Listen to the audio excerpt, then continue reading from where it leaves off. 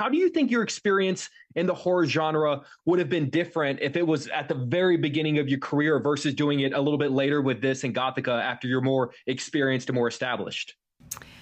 I don't know. That's a good question.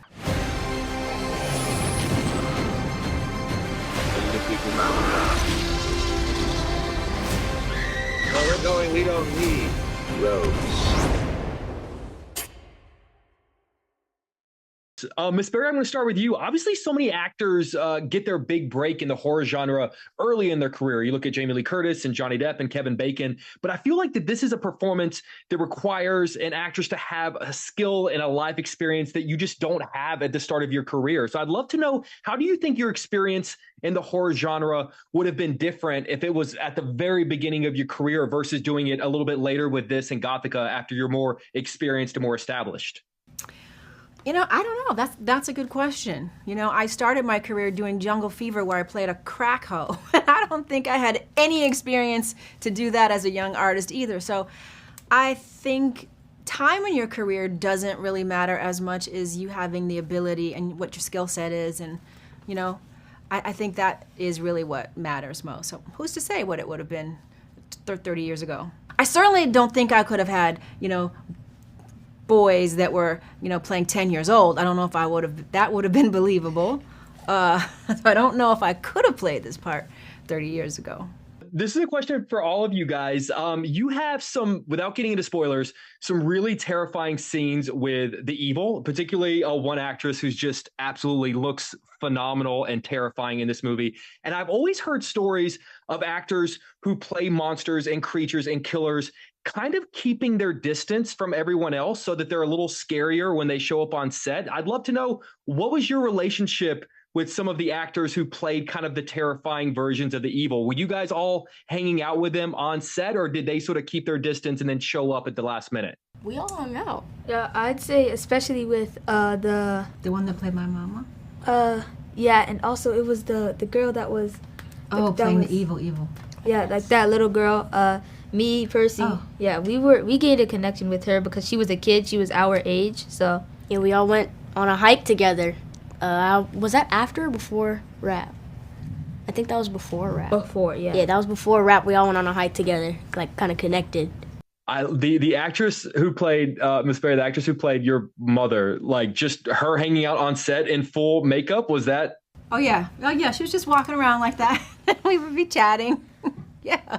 I love that. That's why I would be on a set like this more than any other set, I think, in Hollywood.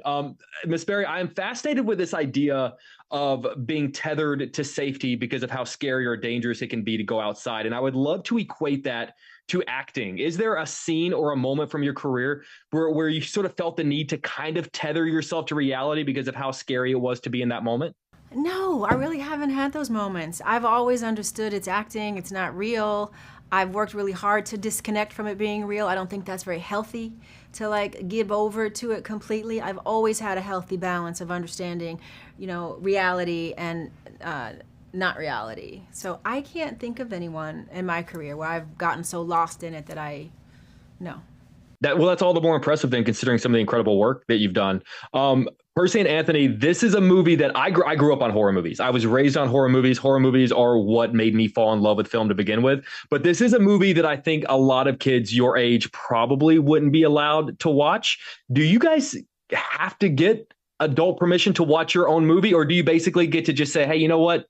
I'm in it. It's my movie. I get to watch this if I want to, and you can't say no.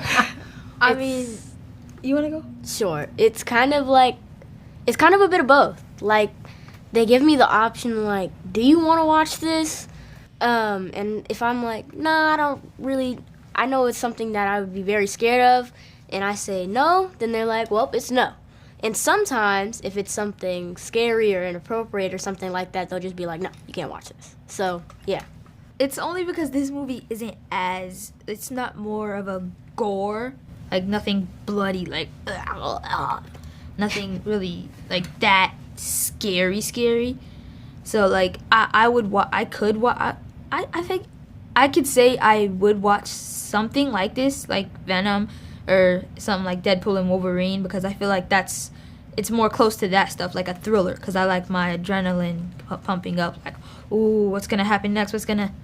I have to confess to you guys, there is a jump scare in this movie near the beginning that made me yell a curse word so loud that my dog, who's on the other side of this computer, got up and ran out of the room. So I'm not going to tell you what the word is, but it was very effective.